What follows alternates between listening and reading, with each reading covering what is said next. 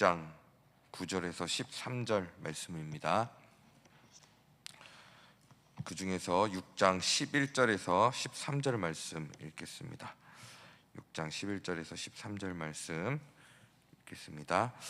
오늘 우리에게 일용할 양식을 주시옵고 우리가 우리에게 죄 지은 자를 사하여 준 것 같이 우리 죄를 사하여 주시옵고 우리를 시험에 들게 하지 마시옵고 다만 악에서 구하시옵소서. 나라와 권세와 영광이 아버지께 영원히 있사옵나이다. 아멘. 감사합니다. 오늘은 주의 기도, 주기도문에서 세 번째 부분, 오늘 우리에게 일용할 양식을 주시옵고에서 이 말씀을 좀 살펴보겠습니다. 오늘 주기도문에서 일용할 양식에서 일용할이라고 번역된 헬라어 단어는 에피우시온이라는 단어인데요. 이 단어는 헬라 문헌에서는 거의 사용되지 않고 신약 성경에서도 유일하게 오늘 이 본문에만 딱 한 번 등장하는 단어입니다. 이 단어의 뜻에 대한 의견이 참 분분한데요.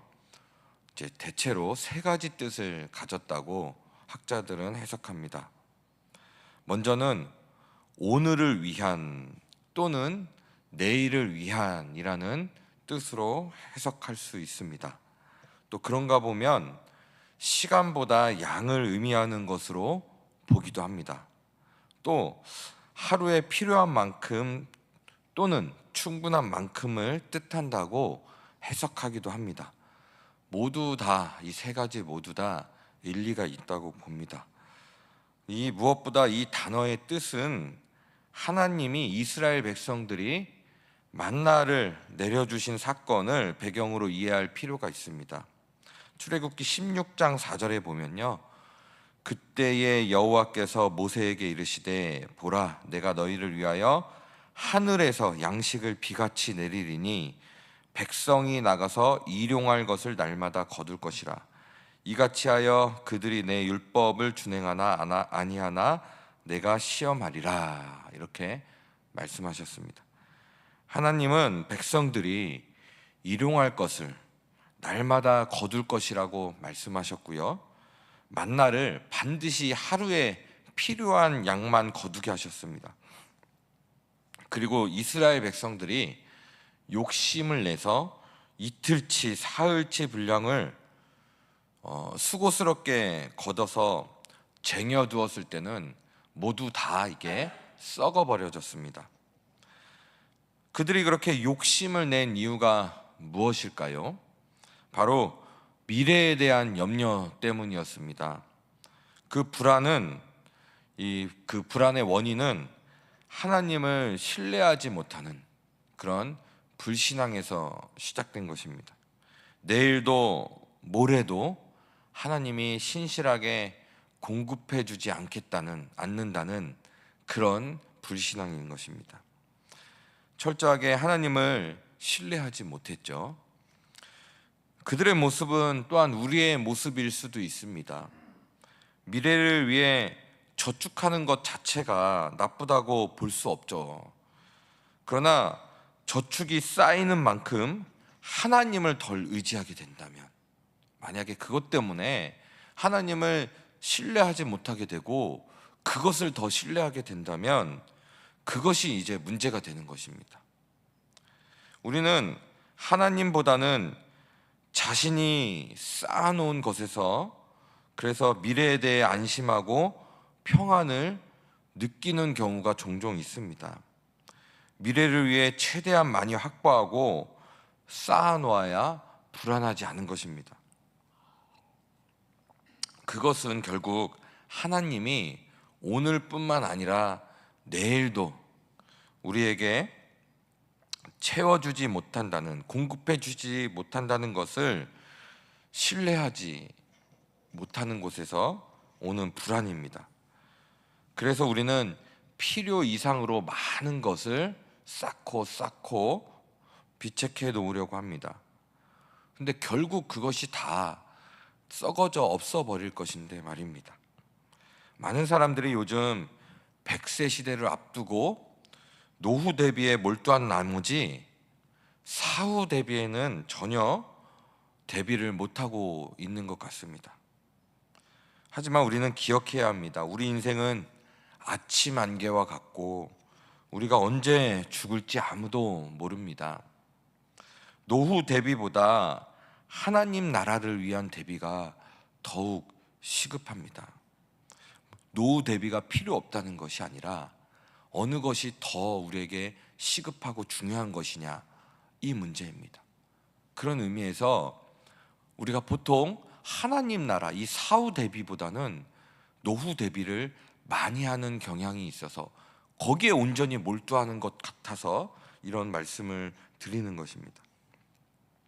마르틴 루터, 이 종교개혁을 일으킨 마르틴 루터는 일용할 양식을 음식뿐만 아니라 옷과 구두, 부동산과 현금, 집과 밭, 아내와 가족, 건강과 명예, 정부와 좋은 이웃 등 인간답게 사는데 필요한 모든 것을 의미한다고 보았습니다.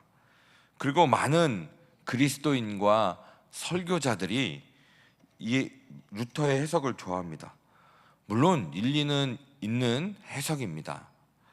하지만 이런 식으로 이해하게 되면 일용할 양식에 포함되는 목록이 한없이 늘어날 위험이 있습니다. 그리고 이 목록은요, 사람마다 상대적으로 변하게 되어 있습니다. 어떤 사람은 먹을 것과 머리 둘 곳이 있다는 것에 만족하겠지만 어떤 사람은 만족에 이르기 위해서 필요한 것이 끝이 없습니다. 욕심이 많으면 만족할 줄 모르는 것이 인간의 본성이기 때문입니다. 또한 이 목록은 시대와 문화에 따라서 달라질 수 있습니다. 자동차와 냉장고, 휴대전화와 인터넷은 오랜 인류 역사에 없었지만 지금은 필수품이 되었습니다. 과거에는 왕도 누리지 못했던 문명의 이런 혜택을 지금은 많은 우리 서민들도 누립니다. 이 소비를 부추기는 이 사회가 온갖 신상품과 또 발명품으로 우리를 유혹합니다. 이런 소비의 문화 속에서 살아가는 우리에게는 어떤 기도가 필요할까요? 만족할 줄 아는 은혜를 허락하여 주시옵소서. 이게 사실은 우리 기독교인의 신앙생활의 시발점입니다. 만족할 줄 만족할 줄 아는 은혜. 우리가 매일 만족하지 못하다면 평생 불안과 염려 속에 하나님을 신뢰하지 못한 채 다른 곳에서 하나님의 그런 은혜를 찾는 그런 모습이 우리에게 생길 것입니다. 세상이 우리를 너무도 많은 것으로 유혹할 때 아니요라고 말할 수 있도록 우리에게 은혜를 내려 주시옵소서. 이것도 얼마나 큰 은혜인지 모릅니다. 그리고 이거 우리의 힘으로 할 수 없습니다. 우리가 어떻게 만족하는 인생으로 살아갈 수 있겠습니까? 또한 그 기반에는 남들과 비교하지 않는 은혜를 허락하여 주시옵소서. 이렇게 기도가 필요합니다. 날마다 비교하는 가운데 열등감에 빠지기도 하고 교만함에 빠져서 그 죄악에서 허덕이지 못한 채 어쩔 때는 우울증으로, 어떨 때는 수없이 행하는 자만감으로 그렇게 빠지며 살아가는 것이, 그래서 하나님 나라를 전혀 이 땅 가운데 누리며 살아가지 못하는, 그저 세상의 것을 추구하며 살아갈 수밖에 없는 우리들이기 때문입니다. 그래서 날마다 우리는 일용할 양식을 구할 때 그 일용할 양식을 구하는 깊은 의미는 하나님 만족하는 은혜를 허락하여 주시옵소서. 하나님 남들과 비교하지 않는 은혜를 허락하여 주시옵소서. 우리 자녀를 다른 자녀들과 비교하지 않는 은혜를 허락하여 주시옵소서. 우리 교회를 다른 교회들과 비교하지 않는 은혜를 허락하여 주시옵소서. 우리 부서를 다른 부서들과 비교하지 않는 은혜를 허락하여 주시옵소서. 이게 다 일용할 양식에 포함되는 것입니다. 말세를 사는 하나님 나라의 백성들은 이 땅의 것들은 가능한 가볍게 비우고 살아야 합니다. 하나님 나라와 의는 최대한으로 구하고 이 세상의 것은 최소한의 것으로 구해야 합니다. 이 세상의 것이 필요 없다는 것이 아니라 최소한의 것으로, 하나님의 나라와 의를 최대한으로, 거꾸로 되죠. 우리 이 세상의 것은 최대한으로 구하되 하나님 나라와 의는 최소한으로 구하는 그런 모습들이 종종 있습니다. 하나님 나라는 별로 추구하지 않으면서 이 세상의 번영을 아주 욕심사납게 구하다가 한국 교회가 지금 유럽 교회를 쫓아가는 현상이 발생하고 말았습니다. 돈 때문에 망하는 교회와 목사와 교인들이 많습니다. 한국 교회에서 유행했던 7, 80년대에 유행했던 번영신앙과 기복신앙, 이 땅에서 번영을 추구하도록 부추기는 가르침들은 성도를 하나님 나라에서 멀어지도록 유인하고 타락시키는 마귀의 거짓말입니다. 이 번영신앙과 기복신앙 때 우리가 현혹됐습니다. 얼마나 많은 사람들이 교회에 몰려들었습니까?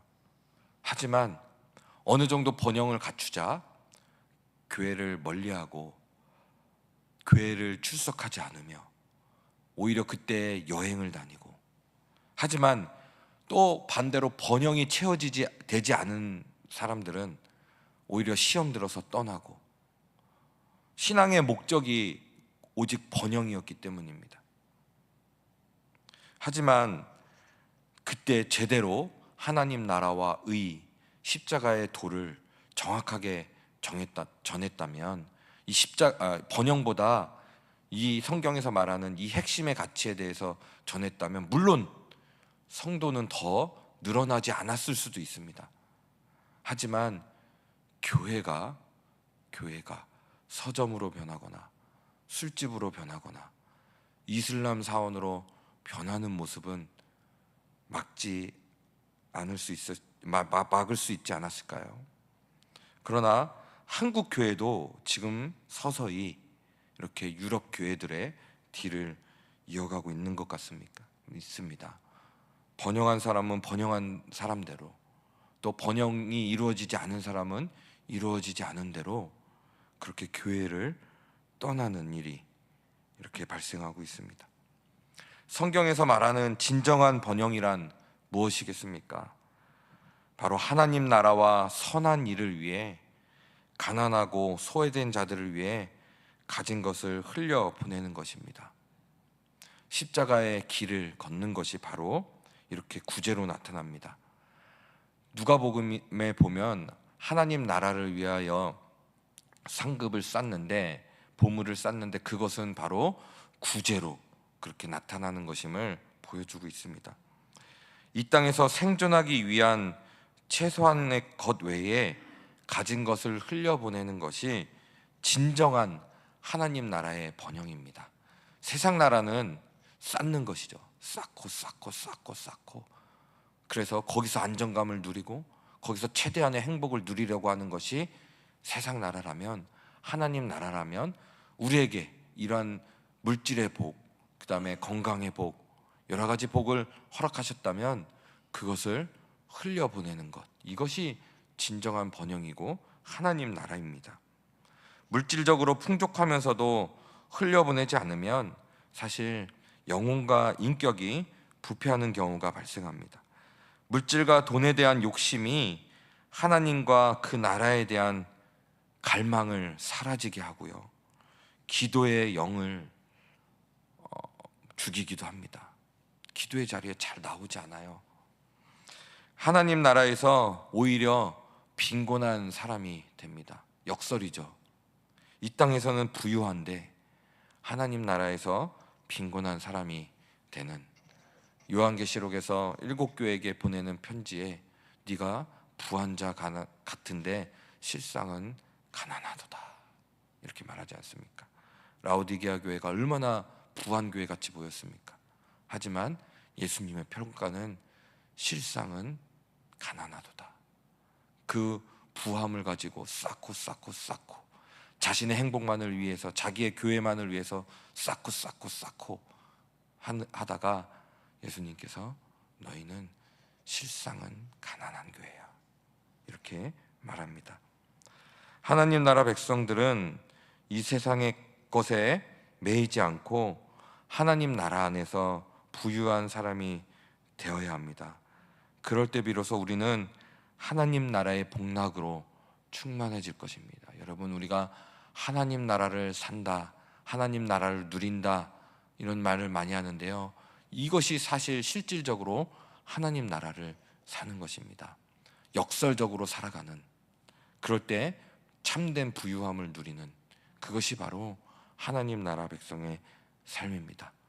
우리가 이 땅을 살아갈 때에 이 세상의 것, 유한한 것을 바라보며 살아가지 않고 하나님 나라를 바라보며 살아가시고 오직 하나님 나라에 소망을 두시며 흘려보내는 자로 하나님 나라를 누리며 살아가시는 저와 성도님들이 되시기를 예수님의 이름으로 축원드립니다. 오늘 말씀을 기억하시며 같이 기도하겠습니다. 먼저 하나님 나라를 구하고 일용할 양식을 구하게 하소서. 이게 바로 주기도문의 핵심입니다. 오늘 일용할 양식을 우리에게 달라고 매일 기도해야 되는데, 이 안에는 만족할 줄 모르는 우리의 탐심을 드러내고 있습니다. 우리가 탐심 가운데 살지 않고 오직 하나님의 은혜 가운데 다른 사람들과 비교하지 않고 만족하며 살아가게 하여 주시옵소서. 기도해 주시고 또 오늘 드리는 모든 예배 가운데 하나님 홀로 영광을 받아 주시옵소서. 기도해 주시고 위에 기도 제목을 보시고 기도한 후에 각자의 기도 제목으로 기도하시겠습니다.